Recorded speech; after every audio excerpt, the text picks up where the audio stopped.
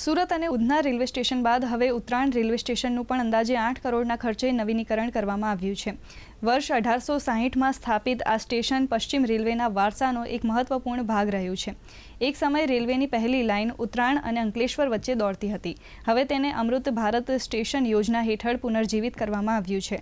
સુરતમાં મુસાફરોની વધતી જતી સંખ્યાને કારણે ઉત્તરાયણ રેલવે સ્ટેશન ભવિષ્યમાં મદદગાર સાબિત થશે.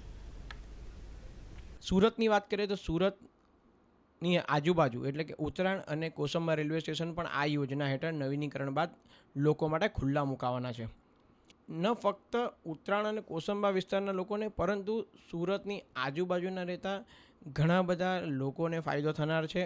કારણ કે નવીનીકરણ બાદ અત્યાધુનિક સવલતો સાથે આ સ્ટેશનો જ્યારે પબ્લિક માટે ખુલ્લું મૂકનાર છે તો હોળી હોય, દિવાળી હોય કે પછી કોઈ બીજા મોટા તહેવાર જ્યારે ટ્રેનો માટે લોકોનો ધસારો હોય છે એવા સમયમાં પબ્લિકને અલગ અલગ સ્ટેશનો પર સ્ટોપેજ આપીને ડાયવર્ટ કરી શકાય છે.